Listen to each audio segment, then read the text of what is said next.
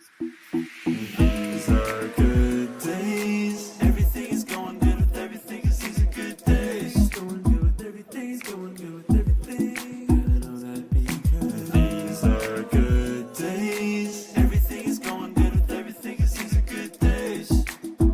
Good days. Good days. Welcome to These Are Good Days with Leanne Miller. And Matt Varys. Well, Matt, it's come to my attention that you have added 2 more Mickey Mouse mugs to your collection. I did. I could not resist.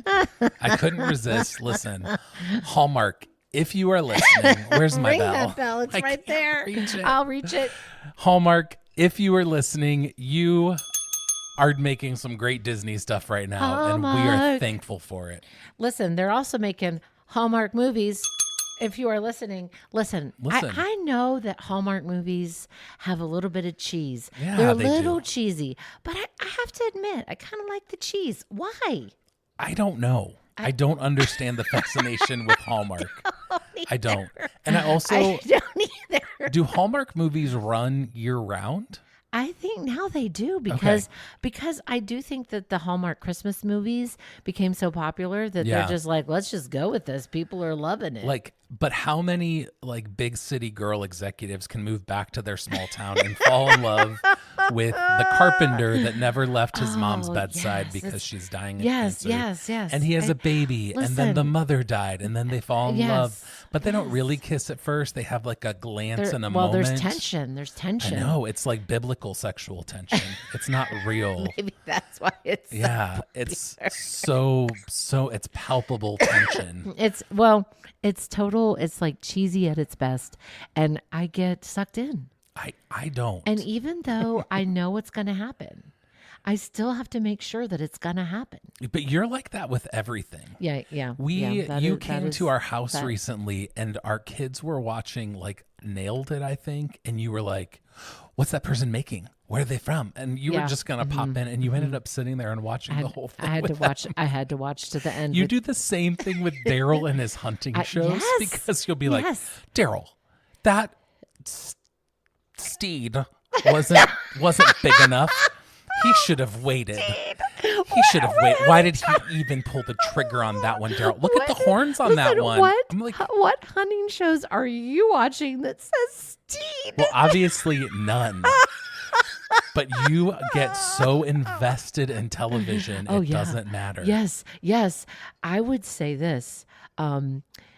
National Geographic hunting show, if you are listening. Listen, I love the hunting shows. That's great. I mean, we were just watching recently, and I was like, Daryl, did you see that whitetail rack? The rack on that whitetail was so unusual, was so odd. And he's like, yep. You get it. But the funny thing about you is it doesn't matter what you're watching. You will get into it. Yeah, that's It true. can be Disney. It can be hunting. Yeah. It can be a baking show. Yeah. You love it. It's true. You love it. It's true. All right. Tell me about your good day. Okay, my good day involves, it just involves our last podcast event. Our last event that we had at the Be Fearless Shops in Ohio's Amish country was so fun. It would be very hard for me to choose which day Right, was it my was best awesome. day. I will just revisit. Now listen, if I have shared this as a best day before, forgive me because it was just that good. But the portion of that day that I really loved was going around to all of Yeah. our favorite shops in Amish country that I've talked about for so many years. And you know, Matt, we had people from different states here that flew in. California, Yeah. Alabama, Missouri, Florida. Texas. What? Virginia. I know. And we were able to go around to the stores and the places I talk about so often on my Instagram. And it was just so fun. It was just so fun. Yeah, it was so fun. And we ended the weekend with dinner together in an Amish home. It was in their shop where they would have like their church meals and their wedding meals. Paul and Mary Swartzentrooper at Legacy Catering, if you are listening. I'm not sure Paul and Mary are listening to our podcast. But the other thing They're that playing pickleball, so you never know. It's true. I mean, they have a pickleball court painted in their garage shop, Yeah, and they play pickleball. they sure do. Fascinating. You know what else has happened since then is we launched our coffee. Our Oh, our coffee. coffee. Listen, one of our good friends, Mike, texted us and said, I am a coffee snob and we are loving this coffee. So listen, you have to be on the lookout on Instagram. We'll post it every now and then. You got to be on the lookout. Yes, It's so yes. good. Mike at Carrot Film. That was another thing that was such a blessing. Mike, who I met through you, at Carrot Film, came out to our podcast event and did the audio and the sound and the lights. Oh, so good. The microphones. It was so good. And we gave him some coffee beans, and he messaged us and said, listen, coming from me, this is a real compliment because I'm a coffee snob. And it is so good. In fact, I have on my bio on Instagram, which you should put it on yours too. I should. I have a link to our coffee beans. You can get them ground, or you can order them whole, and we ship anywhere in the United States. And it's a flat fee shipping. So if you're in California or Washington State or Texas or somewhere far away, it's just flat fee flat. shipping. And the coffee beans are really delicious. I had a cup of this morning. They're so good. Listen, I want to ask you something. Okay. For your cup of joe, for your Okay. cup of coffee, do you do a cup of coffee? Do you run an 8-ounce? So we both have Jura machines. Go ahead, say it. Jura, if you are listening, listen, at our live event, we actually have Yes. the Jura sales reps there making coffee. Yes. It was so good. Matt and Tim Jackson, they're brothers. They came out and they brought this beautiful E8 machine that's just like the top of the line machine from Jura, and made coffees. And we both have a Jura. We both are using our new beans. You cannot use oily beans in a Jura machine. And when I run my 8-ounce cup of coffee, I always add a shot of espresso, not Same. espresso, espresso. I do a push of coffee, a push of espresso. Yeah, I do too. I do the same think thing. they call it a red eye, right? I don't know. Yeah, they call it a red eye. And then I do, of course, my frothy for the top. Yes. But do you do frothy? Not every day. No. I only do it on the weekends. It's like a treat. You're pretty much a black coffee I'm a drinker. black You're guy. like Daryl. Yeah. Yeah.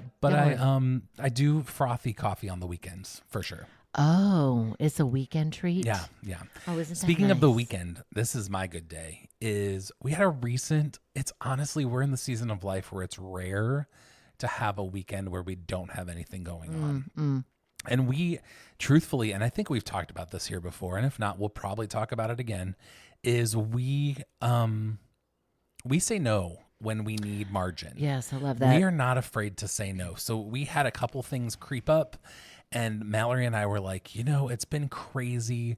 The month of May, like, check in on your educator friends, because the month of May is crazy. So we said no to a lot of things, and we've been home. We really prioritized that. And what it looked like for us, we have our new blue couch and our pink living room, and we found a movie that we hadn't watched before. Our kids wanted to cook, so we made crumble hack cookies, which we love crumble. We don't have one, so we looked up a crumble recipe. Well, let's just be honest. Making crumble cookies at home, 1, is more fun, and 2, it's more cost effective. Totally. Those cookies ain't cheap. Totally.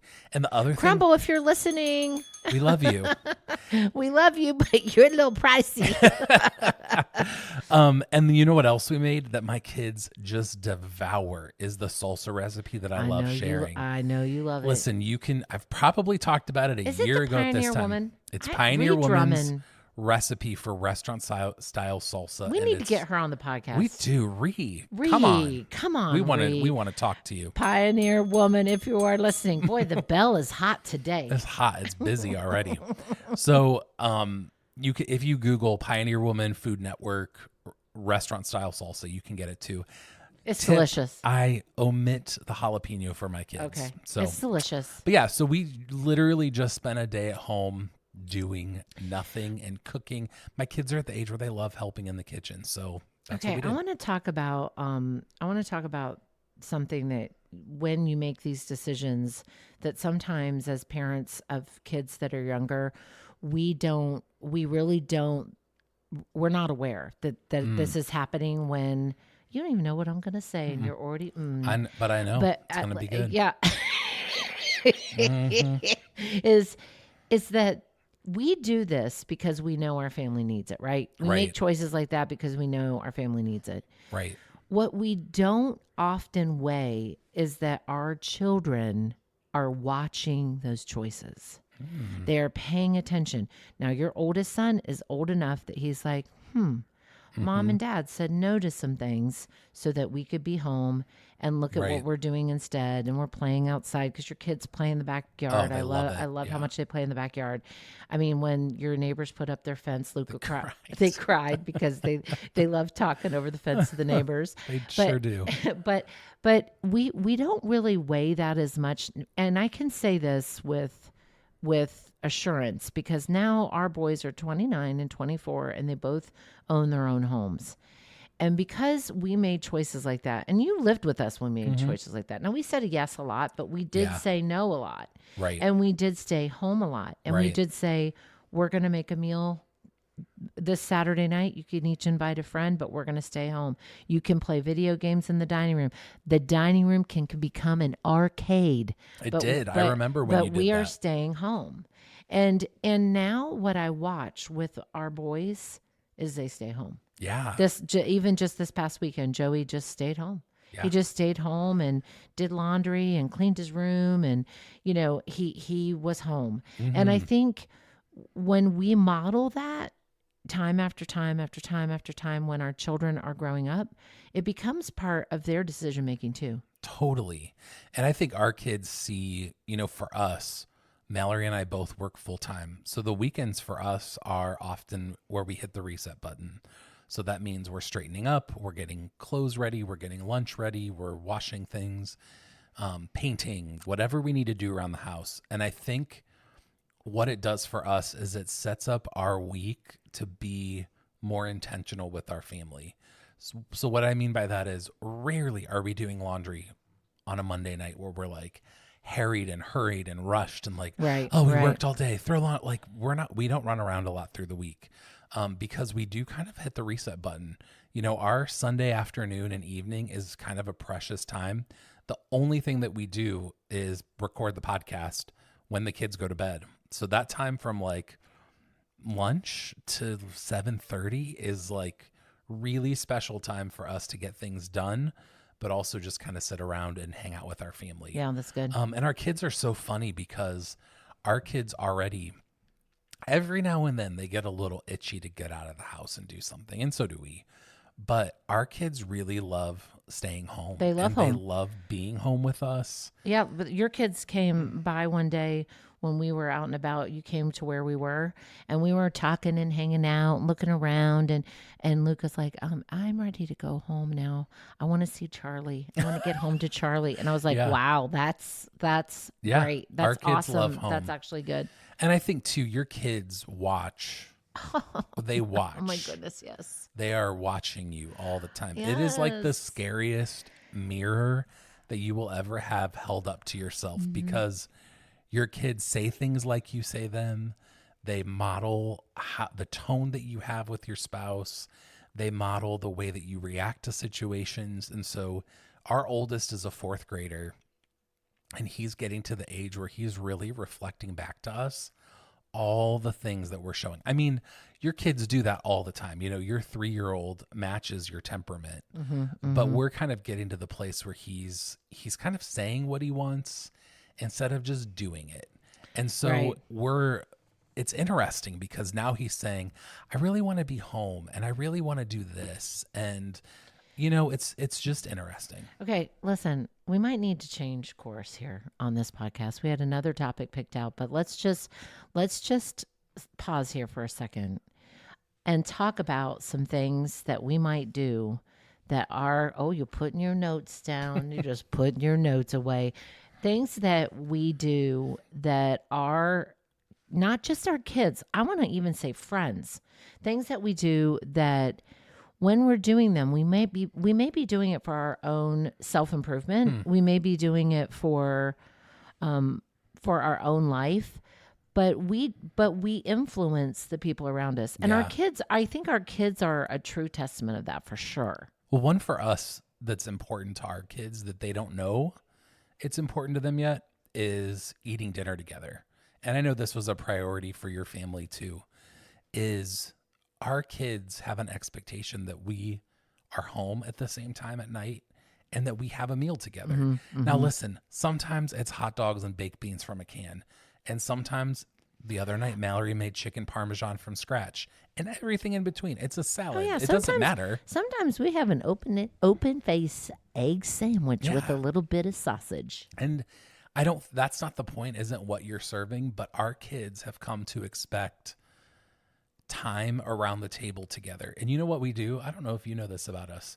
We just started this this year, is we go around the table and we do high-low buffalo. Have we talked about this? I don't know, but I like where it's going. So we take a turn at the meal where when we start off, and everybody has to give their high of the day, their low of the day, and buffalo is just something random that happened. I love that. So we do high-low buffalo. And it's just a way to get our kids talking and sharing what's on their heart. Where did this come from? It came from actually our friend Maggie. Her daughter's school does that. It's something that came from their school. High-low buffalo. So it's something great. You heard it something here. Sad, something just kind of fun or random or silly. Okay. And so it just creates the conversation around the table that we want our kids to have. Can you give us a recent high-low buffalo from somebody in your family? Let's see. Luca's Without would being exploitive. Yeah, no.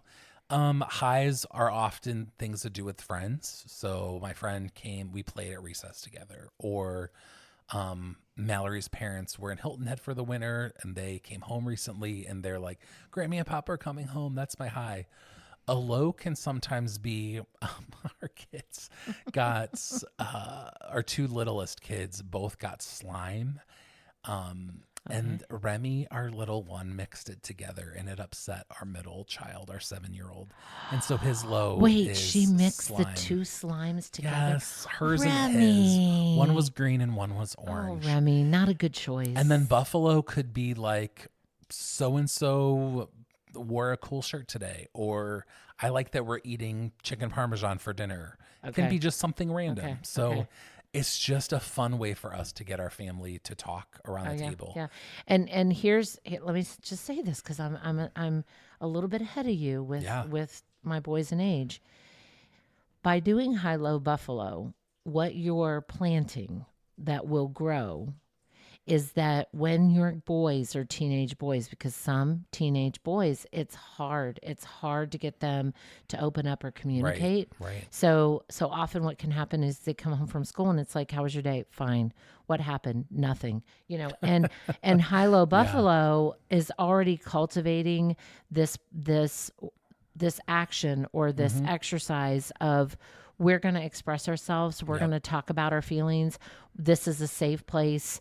We're going to be able to talk about our lows. We're going to be able to talk about our highs, and we're going to be able to talk about the silly random things. Right. And then when they're a teenager, that's already so laid, like the tracks are already laid down for the train. Right. And it's going to be something that's more natural for them than the typical non-communicative Well, really boy. what we're doing is we're creating the system. So it's like we're creating a system for how we communicate to each other. The topics or the content's going to change. So we're creating the system like, hey, this is what we do. We communicate and we talk. And so right now it's so-and-so didn't play with me at recess. But in, 6 or 7 years when we have teenagers, it could be so-and-so broke up and it hurt their feelings. Or this person at school tried to get me to do something that I'm not comfortable with. Or this group of kids went to a party and I was left out or I wasn't invited. Yes. And so our hope is that we're laying the foundation for the system, but as they age, the topics are going to shift and change to things that are relevant to them. And listen, we always tried to cultivate being the house where kids came.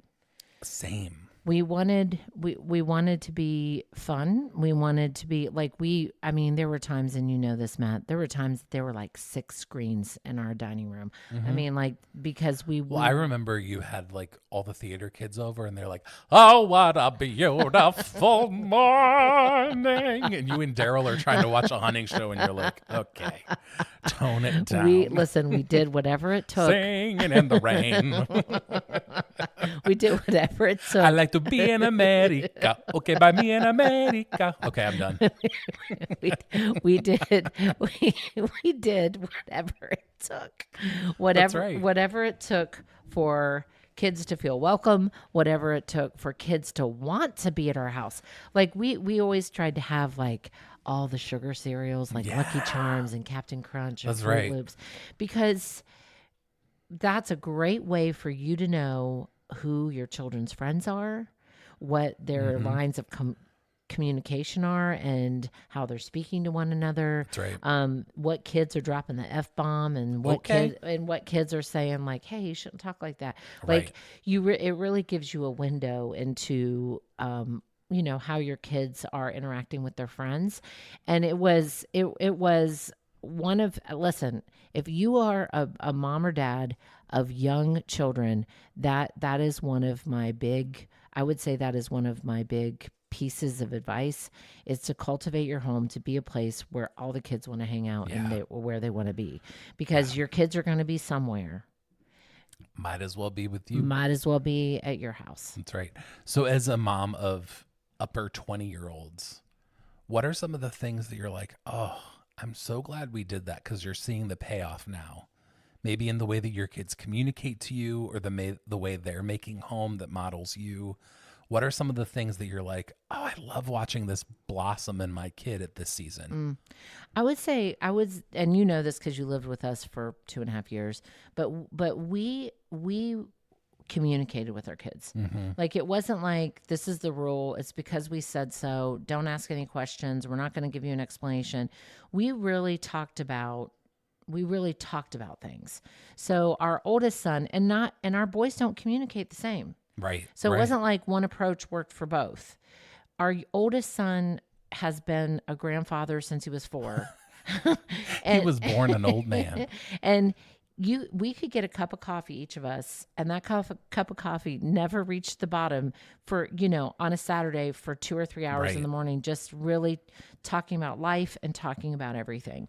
So communication is definitely one thing. And now as adults, just this past Christmas, we have something we call now family meeting, where we'll say, okay, we want to have a family meeting about this, and we'll all get around, and I have my notebook, I do. And Fresh ideas. And the boys, the boys have their notes up on their phone, and we really talk about what's happening in our family. Yeah. And I think that all stems from we were doing it when they were 12 and 7. Yeah, and something I love about both of your boys is they're hosts. Oh, They're hosts. They sure are. They have taken up what you and Daryl laid in them. Because listen, here's something people may not know about you guys is Daryl is just as much a host as you are. I couldn't do what I do, hosting and having people as guests, without Daryl. Right. I could not. Right. I'll make a big meal. I'll make a nice meal. But you know who's over at the sink, rinsing all the dishes and put them in the dishwasher? You've seen it 1,000 times, Matt. It's Daryl. You know who's helping me get out the pressure washer to get all the porches clean before people come? It's Daryl. Yeah, that's right. Who's helping me rearrange? Daryl. So we really are helpmates to one another. Totally. I would say it leans heavily upon him as the helpmate muscle of the craft. Right. Well, you're doing the food. I mean, you have your jobs. Yeah. But he is always right there helping me host. If I had to do it alone, I wouldn't do it near to the level I do it. And that goes for when the kids were teenagers too. Right. Because with being the house where all the kids come, that comes with, a trail of Snicker bar wrappers and people leaving things and the screen staying out for 4 days and, things like that. So I would say cultivating communication is a real big one. And I want to tell you, things like High-Low Buffalo or things like around the table, that's what cultivates your kids talking, because there will come a time that your children might not communicate as much with you. Right. So if you're in that time now with them as teenagers, like I can't get them to talk to me, then choose something that is of interest to them. I just saw somebody post that she surprised her teenage daughter with Morgan Wallen concert tickets. Find something that is something that your child loves and just do that with them. Yeah. Just to start setting the stage for more communicating. Another thing that we did with the boys growing up that I am so thankful that we did, and this also speaks to teachers. You know, the boys both had a teacher, a sixth grade teacher, Mr. Monagold. Mr. Monagold, if you're listening, I owe you so much in this regard. He was such a great male teacher. In sixth grade, he had a book, like, you know, those turnstiles with like the book. What do you call those things? They're like book. What are they? Like, I don't know. Book Turnstile. turnstiles. Yeah. Sure. And he had books geared towards sixth grade boys. Yeah. And it wasn't that our boys hated reading before sixth grade, but in sixth grade, because of Mr. Monagold, our boys fell in love with reading. And then from that, I would tell the boys, I will take you to Barnes and Nobles or Books a Million, and you can buy whatever book you want as long as you promise to read it. Right. And our boys are both very avid readers. They both read a lot. They both definitely have a different style of reading of what they read, but they both are passionate readers, and that started way back in the sixth grade. Well, and I think part of that, to the point of what we're talking about, is you and Daryl modeled that for them.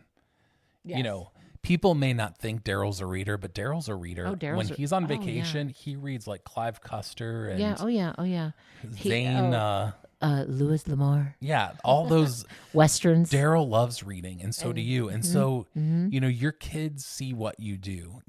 It's really hard. Like, listen, I'm just going to be real. My kids don't see me do sports. Oh, so it's going to be really hard for my kids to be like, I'm sporty, you know, and that's just not my thing. You know, Luca has tried basketball, has done some sports, and has tried some things, but truthfully, those aren't going to come as naturally to him because he didn't grow up in a house where that was something we did. That's a good point. And so the things that we're good at and the things that we do are going to be more natural for him to learn and to do. So that's why he's a reader. Our kids love the kitchen. You know, our kids love hanging out with friends. They're all very big talkers. They probably would have a podcast. That is so funny. And so, you know, all the things that Mallory and I value and prioritize truly at this season are their priorities. And that won't always be, but for right now, it's just kind of where we are. And I think you bring up something valuable too in this regard. Kind of the opposite of that is, you know, when we sold our business, we strategically, intentionally did that before our boys were old enough to ever think they needed to go into the same occupation as us. Yeah. Sometimes we put an expectation on our kids. If you were a basketball or a baseball star, as a dad or as a mom, we place this expectation on our kids to do the same thing. You know, I saw Tim and Amy Slayball, which are really great friends of ours, you know, and Amy's my friend who passed away last year. But I saw them navigate in such a wonderful way.